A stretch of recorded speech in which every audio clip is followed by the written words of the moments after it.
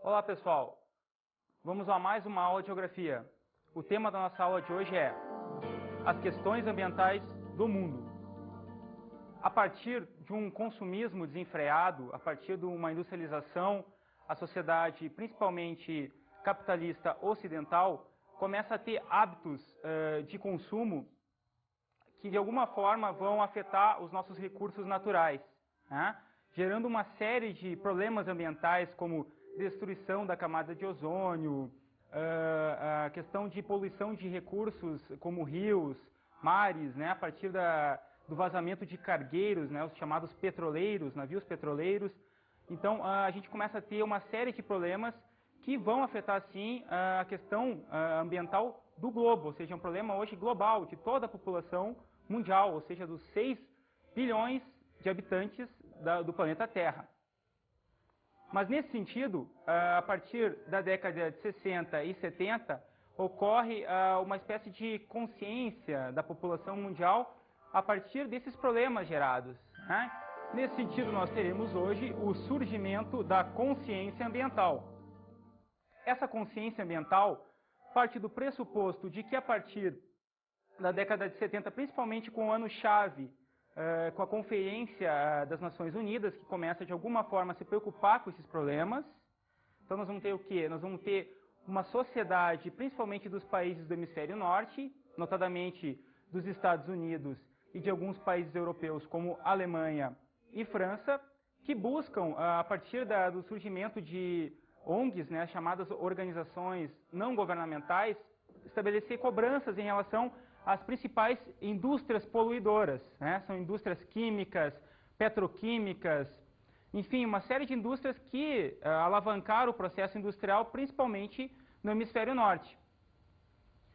Então, a partir desse surgimento, desses movimentos, dessas organizações, e já com uma pauta previamente estabelecida junto à ONU, a gente vai ter no ano de 1972 a Conferência de Estocolmo.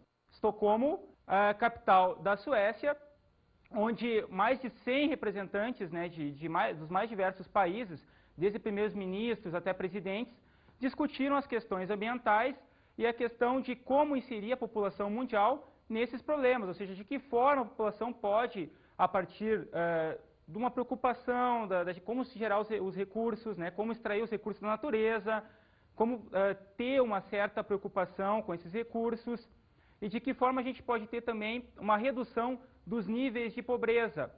Porque, na verdade, a população hoje, a gente vai ver que os recursos estão mal distribuídos, né? Boa parte dos recursos ficam no hemisfério norte, os chamados países ricos do norte, enquanto que os países do sul, por seu lado, ficam excluídos, ficam à margem, com grande índice de pobreza, de desigualdade social, de fome, de miséria, enfim, são também problemas ambientais decorrentes desse mau uso dos recursos naturais.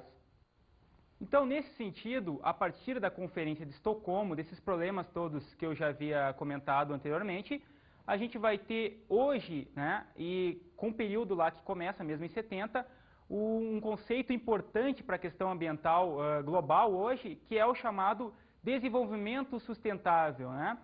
Mas o que é o tal do desenvolvimento sustentável? O desenvolvimento sustentável nada mais é que um conceito que diz que o que a gente retira dos recursos hoje não pode ser mais do que a Terra disponibiliza, ou seja, eu não posso acabar com os recursos, permitindo que as gerações futuras, ou seja, daqui 30, 50, 100 anos, possam ainda obter os seus alimentos, os seus recursos, os seus produtos, no caso, né, nessa revolução industrial toda, para a sua sobrevivência. Então, é uma consciência de que eu tenho que mesclar os recursos de acordo com a disponibilidade deles, sem comprometer as gerações futuras.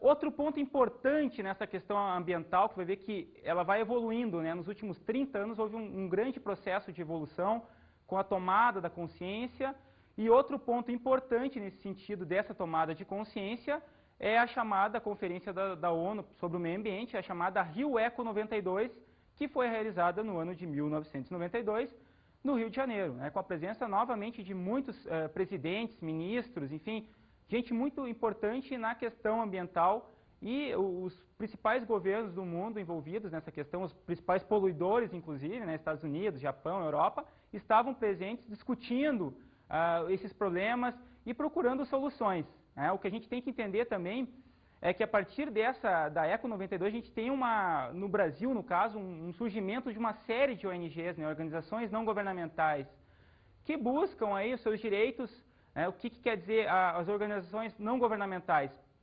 As organizações não governamentais buscam fazer muitas vezes o que os governos não fazem, né? É pegar daqui a pouco uma empresa poluidora e tentar uma ação contra ela, né, através das chamadas audiências públicas.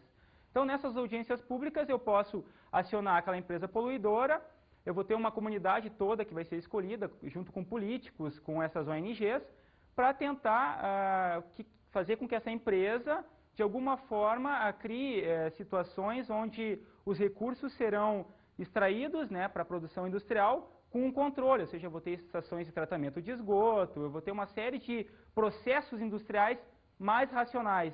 Então, nesse sentido, a gente vai ter essa preocupação das ONGs e elas conseguem ter um papel importante hoje na chamada questão ambiental, que hoje tem várias escalas geográficas de ação, desde a ação local, ou seja, no meu município, no meu bairro, até as questões globais, principalmente hoje com o chamado efeito estufa associado à questão da camada de ozônio, que tem sim uma influência antrópica, ou seja, uma influência do homem nesse tipo de problema. Então o homem está interferindo e isso para os próximos talvez 100 anos a gente vai ter já uma série de problemas atrelados. Problemas como questões climáticas, como o derretimento das calotas polares, como elevação do nível dos mares, né? E logo, como a gente sabe, né, boa parte da população mundial concentra-se em cidades nas costas, ou seja, nas áreas litorâneas, nas faixas litorâneas dos continentes. Então, com essa elevação, essa possível elevação do nível do mar, eu posso ter algumas cidades com a água entrando, né, com a água invadindo áreas urbanas. Então, pessoal, a gente vai ter hoje, em relação às chamadas ONGs, um fortalecimento das mesmas, ou seja, um fortalecimento das organizações não governamentais. A gente vai ter hoje como principal enfoque na questão ambiental um esgotamento do modelo consumista.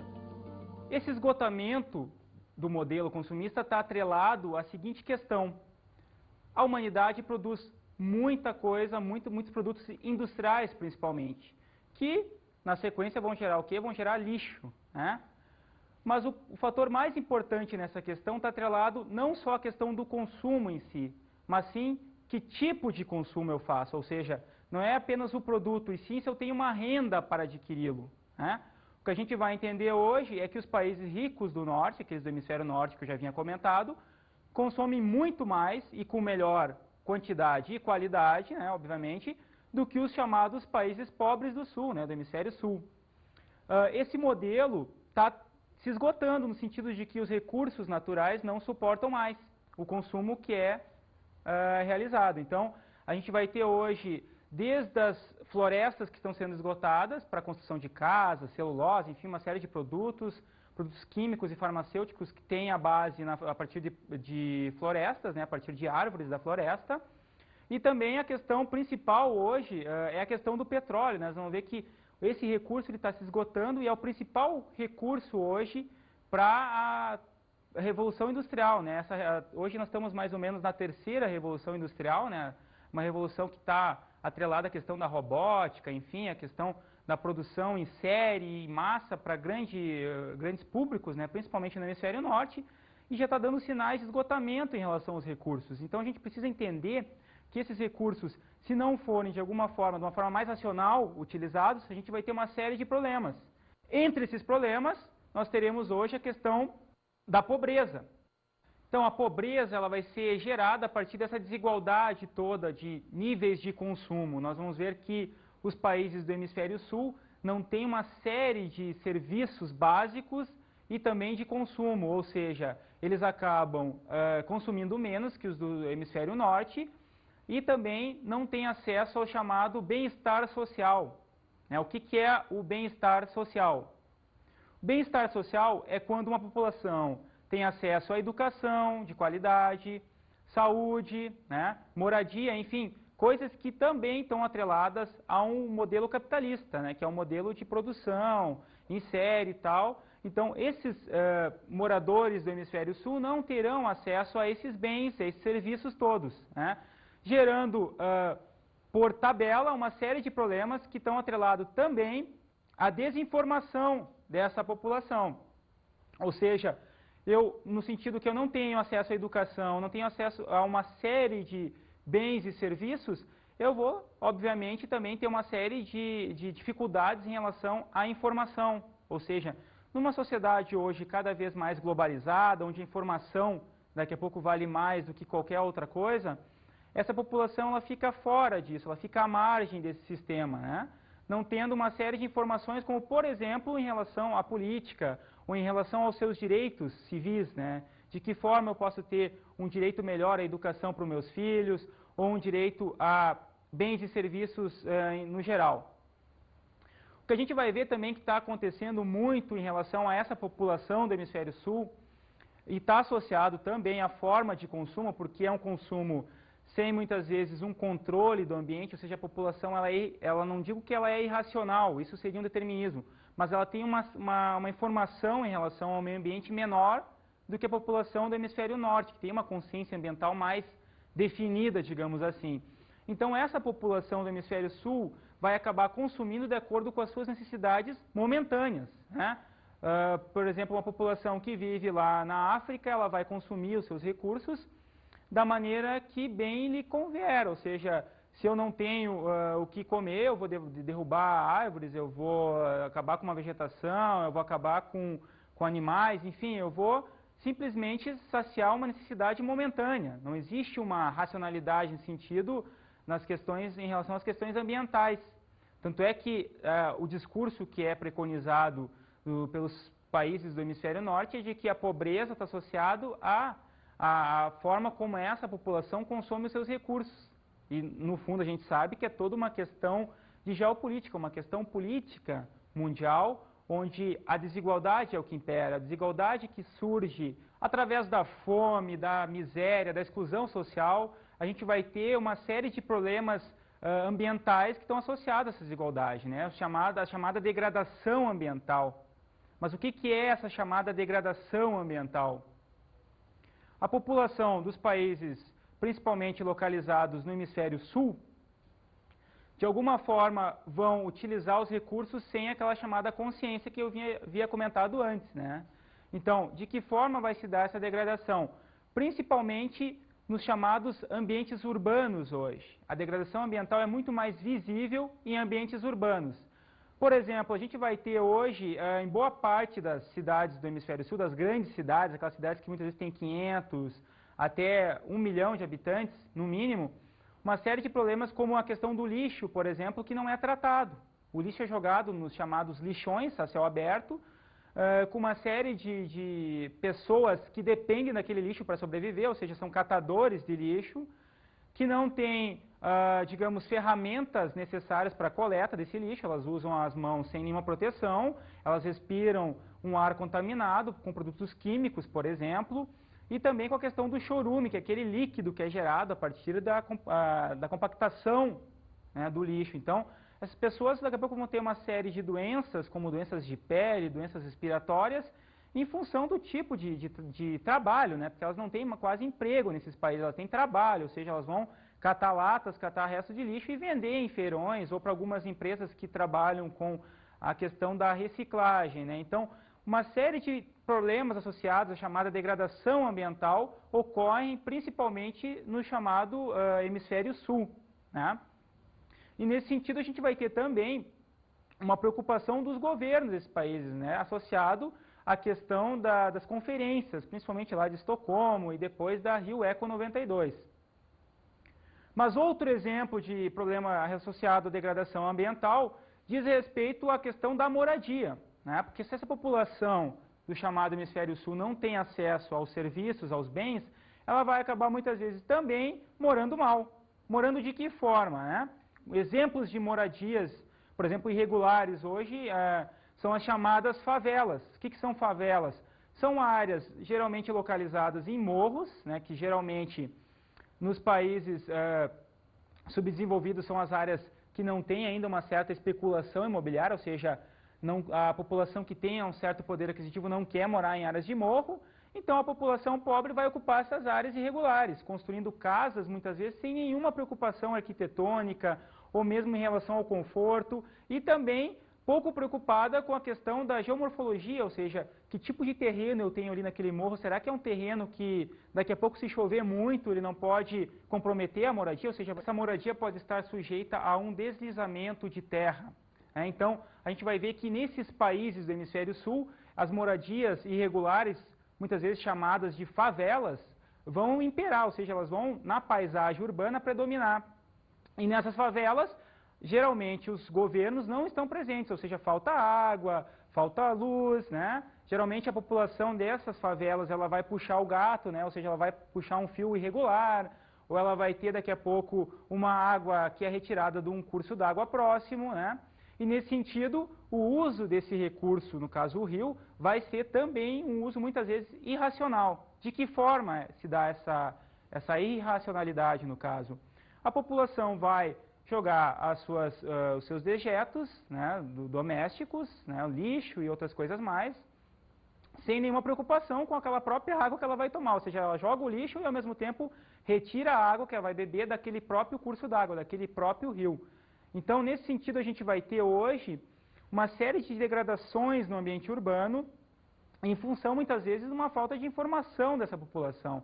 Então, nesse sentido, a gente tem que ter hoje uma questão associada a políticas governamentais em relação aos ambientes urbanos também. Ou seja, o Estado, os governos têm que participar mais, têm que chegar até essas áreas irregulares, dar uma série de infraestruturas que hoje essas áreas não possuem, para que essa população se insira hoje nesse modelo, né, que é um modelo consumista, que é um modelo capitalista, onde o que impera no atual momento é uma desigualdade social. Principalmente, aquela lógica que eu estava falando antes, dos países do chamado hemisfério norte, em relação aos países do hemisfério sul. Ou seja, tem uma desigualdade que é um conflito hoje que aparece muito nos livros didáticos de geografia, por exemplo, que é o chamado conflito norte-sul.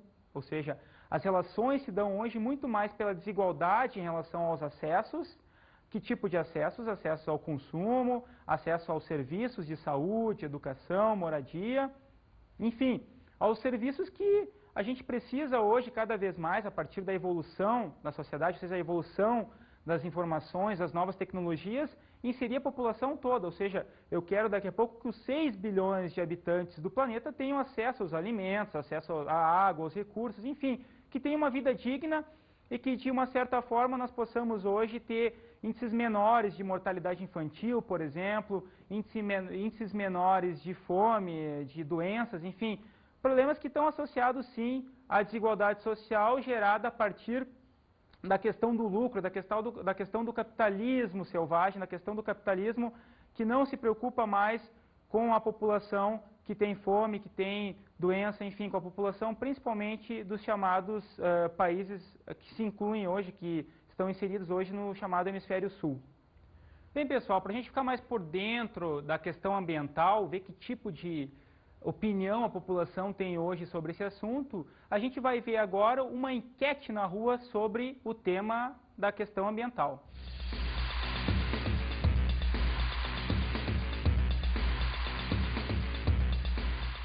Segundo a ONU, 20% da população mundial, dos seres humanos, né, consomem 80% de todos os nossos bens naturais. Vocês concordam com isso? Se a estatística é baseada em estudo, acredito que sim, né? Então, há uma disparidade aí. Você acha que a gente tem que economizar mais nossos bens naturais, usar com consciência ou continuar lavando a calçada? Eu acho que tem que economizar. Tem que economizar, né? Com certeza.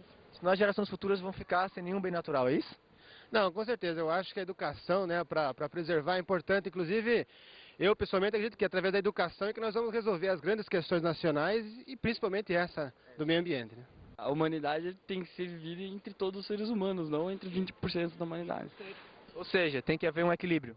Tem que haver, mas eu acho difícil, porque no mundo capitalista que a gente vive hoje não tem condições, né? Dá a sua dica aí, o que a gente tem que fazer para equilibrar mais essa meta aí? Cara, o governo, esse governo aqui tem que se impor mais um pouco.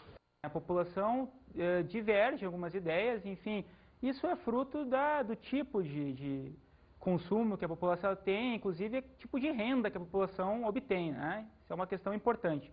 Mas dando sequência à nossa aula, agora a gente vai trabalhar sobre os grandes desastres ambientais. Um tema extremamente complexo hoje, a questão dos desastres, e a gente tem que entender também que esse desastre tem a ver, sim, com a questão geopolítica, ou seja, aquele conflito que existia principalmente em função da disputa territorial, militar, estratégica entre os Estados Unidos e a União Soviética, né? Isso a partir da Segunda Guerra Mundial, ou seja, os dois grandes vencedores daquele momento, lá daquela guerra, foram primeiramente os Estados Unidos e depois a União Soviética. Então houve uma ruptura, né? uma bipolaridade que a gente chama, ou seja, uma divisão do mundo em relação a essas influências, né? Então, cada tipo de modelo, ou seja, o modelo norte-americano era mais atrelado à questão do capitalismo, e no caso do modelo soviético, o que prevalecia era a questão do socialismo, do modelo mais coletivo, né? Do trabalho, da propriedade, que era coletiva, não era privada, como é no caso nos Estados Unidos e hoje em boa parte do mundo. Então, esse tipo de desenvolvimento industrial atrelado à questão da coletividade ou em relação à questão da propriedade privada vai gerar uma série de tipos de indústria, de matriz industrial, de modelo de desenvolvimento industrial, né? E nesse sentido a gente precisa entender que nas ex-repúblicas soviéticas o que imperava aí muito era a questão da energia nuclear. Por que a energia nuclear é tão importante para esses países, não só os soviéticos, mas também para alguns países europeus, e no caso dos Estados Unidos, que é uma potência ainda hoje, uma potência nuclear?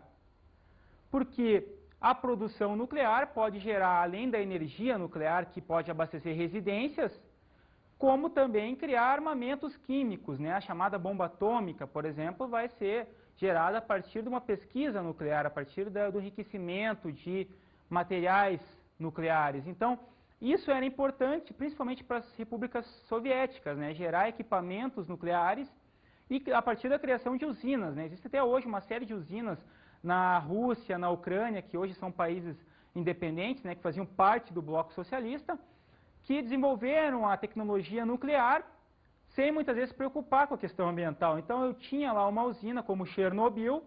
A partir do vazamento lá na usina de Chernobyl, eu vou ter hoje, ou seja, mais quase 20 anos, 20, 25 anos depois, casos de câncer associados aos poluentes que foram gerados pela usina e que se espalharam pela Europa toda. Tá? Então, isso é importante para você aí entender, né, a questão de que esses vazamentos nucleares, esse grande desastre que foi Chernobyl, ele gerou uma preocupação global, ou seja, daqui a pouco eu tenho um vazamento numa usina que vai acabar contaminando uma população localizada, às vezes, até 1000 quilômetros de distância do local do vazamento. Outro exemplo que nós temos de um desastre ambiental diz respeito àquela contaminação que ocorreu na indústria de celulose Cataguases, em Minas Gerais. Bom, esse desastre é um desastre ainda considerado local, ou seja, eu tive um vazamento de um tanque de resíduos sólidos dessa indústria de celulose, em Minas Gerais, que acabou vazando, ou seja, houve um rompimento desse depósito. Esse depósito estava localizado próximo a um curso d'água, um rio, obviamente, e a partir desse vazamento o rio foi contaminado e o seu curso d'água contaminou rios próximos, né, rios que tinham interligação com esse rio principal. Então eu acabei contaminando uma série de vegetações localizadas próximas na margem do rio. Eu contaminei os peixes, ou seja, uma mortandade muito grande de peixes, gerando por tabela, ou seja, por um processo atrelado, a falta de pesca na região. Então, vai ver que municípios localizados tanto no estado de Minas Gerais quanto no Rio de Janeiro passam a ter uma série de problemas, principalmente em relação aos pescadores, né, que daqui a pouco não tem o seu peixe, não tem seu sustento e da sua família. Então, esse desastre ambiental foi um desastre sério, que por parte das organizações não governamentais e também dos governos foi tratado como um caso sério, ou seja, essa empresa, a cada dia que ela continuava poluindo, ou seja, que ela não procurava tentar sanar os vazamentos da sua indústria, ela pagava uma multa gigantesca, milhares de reais, para tentar justamente forçar essa empresa a tentar sanar esse desastre, né? Então a gente vai ter hoje uma série de problemas localizados localmente, né? Ou seja, vai daqui a pouco influenciar numa região, numa determinada região, aí com uma população local, mas também a gente vai ter hoje uma série de desastres globais, ou seja, são desastres que afetam a população do mundo todo, ou seja, os 6 bilhões de habitantes hoje podem sofrer nos próximos anos as consequências de alguns desastres, né, de alguns problemas ambientais de caráter de ordem global. Entre eles, podemos citar a questão do buraco na camada de ozônio. Bem, o buraco na camada de ozônio ele começa realmente a aumentar a partir de uma industrialização desenfreada realizada principalmente no hemisfério norte, ou seja, eu começo a ter agora uma produção de uma série de produtos industriais em escala industrial, como por exemplo, aqueles produtos que contêm aerosóis, né, os desodorantes, ao mesmo tempo eu vou ter também aquele gás, o CFC, presente em geladeiras e outros aparelhos, como o ar-condicionado, por exemplo, que vão acabar, de alguma forma, emitindo gases na atmosfera, que vão, no processo seguinte, aumentar o buraco na camada de ozônio, né? O que é a camada de ozônio, primeiramente? A camada de ozônio é aquela camada que recebe e filtra os raios provindos do Sol, né? Então, é uma camada natural, né? Então, a partir dessa produção industrial desenfreada, a camada de ozônio vai sofrer um processo de desgaste, ou seja, de diminuição da camada e, consequentemente, vai surgir um buraco nela, né? Esse buraco, como consequência principal na questão da vida humana na Terra, está gerando hoje já em alguns países, como no caso no sul da Argentina, problemas seríssimos de casos de câncer de pele, ou seja, a população local não pode mais se expor tanto ao sol, né, para os banhos de sol, no caso, em épocas de veraneio. Então a população tem que usar muitas vezes protetores solares e tal, com índices altos de proteção, para poder permanecer durante 15, 20 minutos, ainda assim em horários pré-determinados pelos médicos, no caso, geralmente depois das 3 horas da tarde e no início da manhã, para evitar o principal ponto de entrada desses raios na atmosfera, né, que vão se dar geralmente entre as 10 horas da manhã até as 3 horas da tarde. Então, a população tem que se precaver sobre isso. É um problema que está associado e muito à questão industrial, ou seja, a partir dessa emissão de gases industriais, sem nenhuma preocupação ambiental. A gente vai ver que essa produção industrial começa na década de 50 e 60 a crescer muito nos países do norte. E, claro, com essa consciência ambiental que a gente está comentando na aula aqui, a gente vai ter também um controle maior sobre esses gases. A gente tem hoje um principal ponto, que é o Protocolo de Kyoto, que busca, de alguma forma, reduzir a emissão de gases na atmosfera, gases poluentes. E, nesse sentido, a gente vai ter também uma preocupação em relação às indústrias poluidoras, ou seja, as indústrias têm que se adaptar hoje no sentido de criar novas tecnologias menos poluentes, ou seja, daqui a pouco eu vou abandonar o tal do CFC e vou criar um outro componente químico para a indústria, no caso de eletrodomésticos, tá? Para evitar o tipo de contaminação na atmosfera que vai influenciar também a questão da natureza, ou seja, a partir desse processo de aquecimento, ou seja, eu estou começando a ter um aquecimento maior, né, das camadas da atmosfera, eu posso ter uma série de desastres associados a isso, ou seja, eu vou ter daqui a pouco um derretimento das calotas polares, né, que é um grande problema ambiental hoje, que também está associado ao ozônio, está associado à camada de ozônio, ao buraco na camada, e também associado a um processo chamado de efeito estufa, né, ou seja, um aquecimento muito mais rápido do que o verificado há 100 anos atrás, por exemplo. Então, esse aquecimento vai gerar, como um dos seus efeitos, né, principais, derretimento de calotas polares. Como se dá esse derretimento das chamadas calotas polares? As calotas polares ficam geralmente localizadas nos polos, né? Já está dizendo, calotas polares, que se localizam aonde? Tanto no hemisfério norte quanto no hemisfério sul. No momento que eu tenho um aquecimento maior da temperatura na Terra, eu vou ter, obviamente, períodos onde as calotas começarão a derreter um processo mais rápido, ou seja, se derreterão mais rapidamente, gerando o quê? Como principal problema hoje, né? Uma elevação do nível dos mares. Cidades como São Francisco, nos Estados Unidos, já começam assim, a repensar a questão de como criar barreiras para, talvez, no momento seguinte, quando o nível do mar se elevar, maneiras de tentar evitar isso. Para ilustrar esse nosso tema de agora, a gente vai ver, nesse momento, um trecho do filme chamado Um Dia Depois de Amanhã. Roda aí.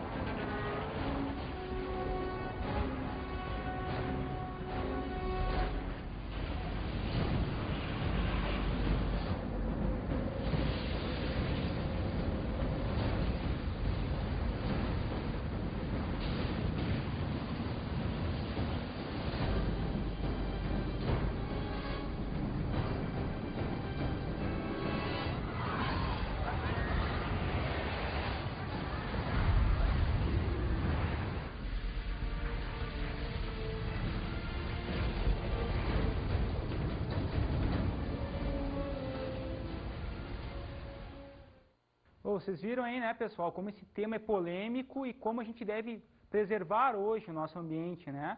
Porque senão a gente pode ter uma série de desastres ambientais, e o filme ilustra bem isso. Então, a questão global hoje, a questão dos problemas ambientais é muito importante, e então tenham essa consciência, né? Desenvolva essa consciência entre vocês, entre os familiares, porque é importante para que nós possamos preservar, né, o meio ambiente para gerações futuras também, né? Por que não? Bem, agora nós vamos ver como anda a tal da luta em defesa do meio ambiente. A gente vai ter hoje o surgimento e o crescimento também de uma série de ONGs, né? Uma das principais, assim, vocês devem ter visto aí em algum lugar ou comprado talvez alguma coisinha dela, que é aquela ONG famosa chamada Greenpeace, né? Que é o Paz Verde, que a gente chama, né? Literalmente em português, que é uma ONG que foi criada em países do norte, né? Tem capital aí alemão e alguma coisa norte-americana, que luta em defesa do meio ambiente. De que forma se dá essa luta, né? Das maneiras mais diversas e até engraçadas, né? Eles se amarram a correntes, eles pegam algum navio petroleiro, por exemplo, que está poluindo, eles se amarram no navio. Inclusive já teve casos de morte em relação a isso, né? É um movimento radical, é chamado radicalismo ambiental, né? É uma ONG forte, conhecida no mundo todo, hoje é uma marca, né? Tu vai em muitas lojas aí pelos grandes centros urbanos, tem inclusive camisetas dessa marca, é uma marca mundial hoje, que é o Greenpeace, né? E tem realmente um papel importante na questão ambiental, consegue hoje conscientizar boa parte da população mundial, e grupos como o Greenpeace, mas outras ONGs importantes, lutam e muito pelo fortalecimento da consciência ambiental. Quando a gente fala em conscientização, a gente sempre fala que é conscientização para o meio ambiente ou conscientização para a conservação da natureza. Ela faz parte de um longo processo, né? Ela não acontece da noite para o dia, de um dia para o outro, ou com uma simples palestra. A conscientização, ela começa, na verdade, com uma sensibilização das pessoas para a natureza, depois para passar para uma reflexão da relação que a pessoa tem com o meio ambiente, para passar para o conhecimento ambiental, para daí ela chegar a uma conscientização. E a gente quer que com essa conscientização se chegue, na verdade, a uma mudança de comportamento dessa pessoa com relação ao meio ambiente ou ao ambiente onde ela vive, né? Passa desde coisas simples, desde fechar a torneira quando se escova os dentes, até realmente você lutar por uma conservação ou para que se tenha um parque nacional, para que se tenha um sistema de unidades de conservação. Isso tudo é uma conscientização, depende da sua consciência, que passa por processo de resgate de cidadania, até se chegar realmente a uma conscientização para o meio ambiente. Hoje a gente pode contar que a gente recebeu mais de 102 voluntários de janeiro até outubro de 2004, sem contar os outros anos que também têm seguido mais ou menos essa média. E é muito interessante porque, para nós, é uma das oportunidades da gente dar uma resposta para a sociedade para o trabalho que a gente vem fazendo, além de poder usar o conhecimento que essas pessoas acabam trazendo para nós. Bom, como vocês viram, tem muita gente hoje, muitos profissionais trabalhando sobre a questão ambiental, né? A importância da questão ambiental, a questão do voluntariado, ou seja, as pessoas estão se inserindo hoje nessa lógica ambientalista, participando, lutando pelos direitos do meio ambiente, se conscientizando como um todo, né? E nesse sentido agora a gente vai ler, né, um trecho do cacique Seattle, né? A questão daquele índio lá que tinha já como prenúncio assim, a questão ambiental, ou seja, os índios até hoje têm uma questão ambiental mais aprimorada que a nossa, né? A forma como o índio vive, né? A questão da aproximação dele com a natureza, toda a preocupação ambiental, ele retira os seus recursos da natureza, ele não degrada, ele procura ter uma vida mais harmoniosa em relação à natureza, e isso é muito importante hoje, num mundo tão conturbado, tão preocupante, né, que é esse mundo atual, esses problemas todos gerados, degradação, pobreza, fome, miséria, enfim, série de problemas que tem a ver, sim, com a questão ambiental e com o tipo de influência que isso vai ter nas nossas vidas no presente e também no futuro. Como podeis vós comprar ou vender o céu, o calor, a terra? A ideia nos parece estranha. Se nós possuímos a frescura do ar e os espelhamentos da água, de que maneira poderá vossa excelência comprá-los? Cada pedaço desta terra é sagrado para meu povo. Cada espinho luminoso do pinheiro, cada bruma dos bosques, cada clareira, cada zoeira de insetos é sagrado na lembrança e na vivência de meu povo. A seiva que corre nas árvores lembra meu povo. Os mortos dos homens brancos esquecem onde nasceram, já que vão passear dentre as estrelas. Nossos mortos jamais esquecem esta terra magnífica, pois ela é a mãe do homem vermelho. Nós somos uma parte da terra e ela faz parte de nós. Cacique Seattle.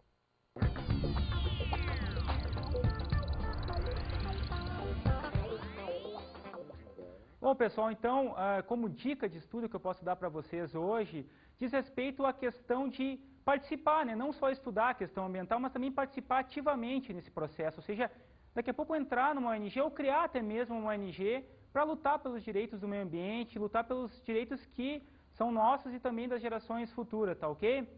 Então, o que a gente tem que ver também é que esse processo ele é extremamente complexo e precisa ser, de alguma forma, estudado e também participar ativamente, tá bom? Então, nesse sentido, a nossa aula de hoje era sobre a questão ambiental, um tema importante, interessante, espero que vocês tenham gostado e até a nossa próxima aula, tá bom?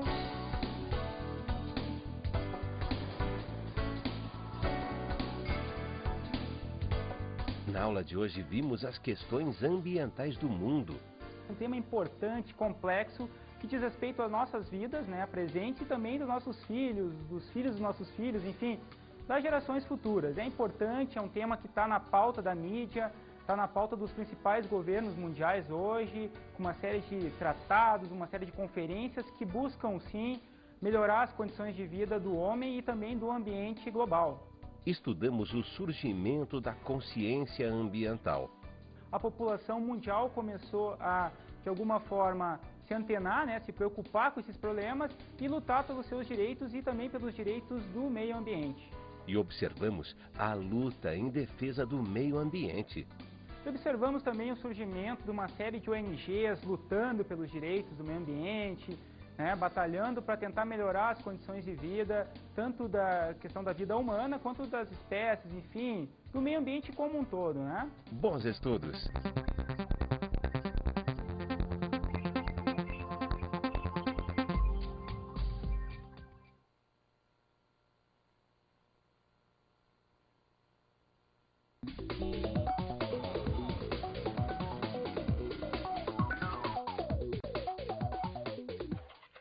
Bem, você, professor, então, pode trabalhar de que maneira essa questão ambiental junto aos seus alunos? Bom, um exemplo que eu dou assim de trabalho, que inclusive eu já realizei muitas vezes, é pegar um grupo de alunos, né, uma determinada sala, e fazer saídas de campo, né, sair no ambiente urbano, por exemplo, e visitar cursos d'água, visitar aterros ou lixões mesmo, e trabalhar com esses alunos diretamente, mostrando os problemas em loco, ou seja, no local, como eles estão ocorrendo, tentar de alguma forma desenvolver uma consciência ambiental junto a esses alunos, né, mostrando que os problemas são reais e são próximos a nós mesmos, né.